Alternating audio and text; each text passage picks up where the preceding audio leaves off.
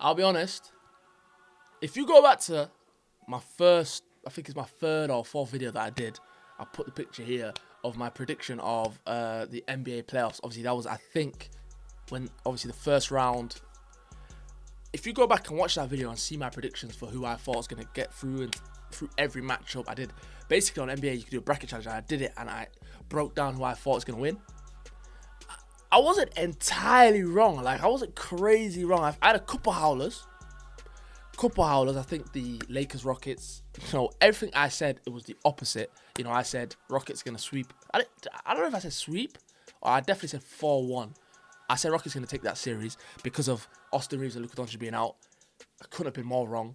Actually, to be honest, I made a video a couple weeks ago, obviously speaking about the greatness of LeBron James and how he carried that series and how fantastic it was in that series.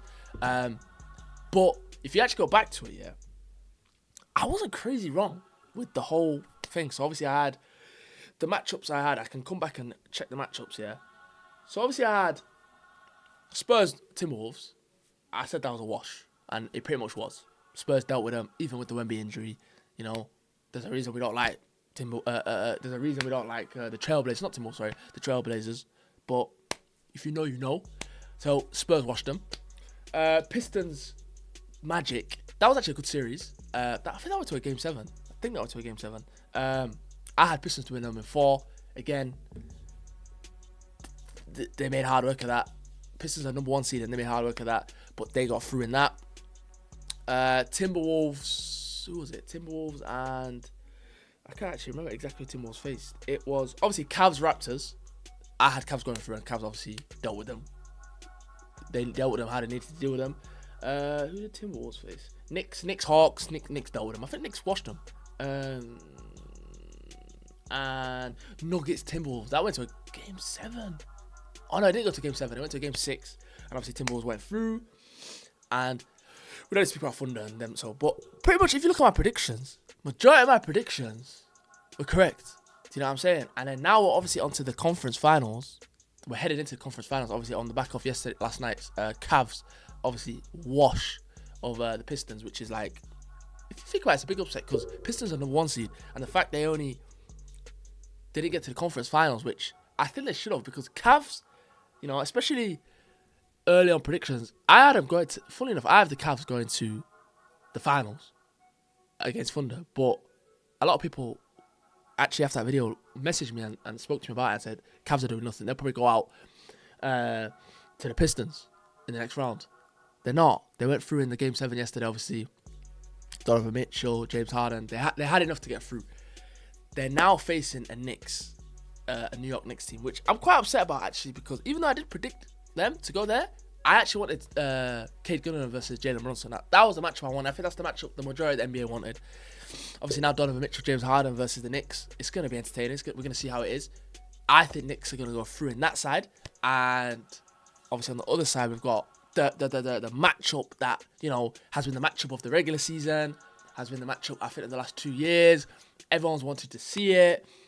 It's obviously San Antonio Spurs versus OKC. So I think these are the 2 teams that everyone has as favourites. So in a way, it's a bit, if you compare it to the football Champions League, people said PSG, Bayern Munich, whoever wins that wins it all. So I think you can bring that same context to the NBA. Whoever wins out of the OKC and obviously San Antonio Spurs, I have as favourites to win the whole thing. So in the next round, obviously in the finals, I think if they face the Knicks, or even if the Cavs, I think Knicks will give either team a run for their money. But Cavs, I think, again, it'll be another wash. So this matchup's exciting. Wemby versus Shai. Obviously the last series we watched, the OKC obviously washed the Lakers. I did think OKC would be too much for the Lakers. I think LeBron, especially, Austin Reeves did come back. Luka Doncic again was nowhere to be seen when he was needed. But I think OKC were too much for the Lakers. We've seen that. Shai, off the back of winning his second back-to-back MVP. We're going to speak a bit about that. I'm known from the people, obviously maybe from this channel or from people around me, my friends, as a Shai hater. There's a reason I'm a Shai hater. Listen, the thing about it, I can respect a good player. I'll always give props to a player that wins. You know what I'm saying? That's the best player in that era. I'm a nostalgic kind of guy where I look at the past and think, I grew up on Steph Curry and Kyrie Irving, and James Harden. These are the guys I grew up on. But for me, I said it in my previous video about unethical hoops, and I got a lot of hate for that in the comments, and a lot of people messaged me about it, about unethical hoops, about OKC in general, and we saw a lot of that in the first series, and especially against the Lakers. A lot of this unethical basketball style of play, and again, we saw Shai winning the second MVP. Listen, I will respect greatness. If Shai goes on to win another chip after winning his second MVP, you have to start to respecting him. You have to start respecting him and saying, fair play. But however, I'm just not a fan. It's like Drake's new albums. The other two, I'm not a fan of. I'm not fake. Just because everyone else is, I'm not going to be. I'm a realist. I don't like Shai. I don't like the way he plays. I don't like his style of basketball. I'm not a fan. So, going into this series, I'm going to be the biggest Wembanyama fan that they've ever seen. Even though I don't like the Spurs as well. I'm going to be the biggest fan because I don't want Shai to win. I don't want Shai to get another ring. I don't want Shai to get to the finals because I think if he gets to the finals against the Knicks or Cavs, that's a wash. Do you know what I'm saying? That's a wash. I think Shai has become the best basketballer in a bad era of basketball. Take that as you will.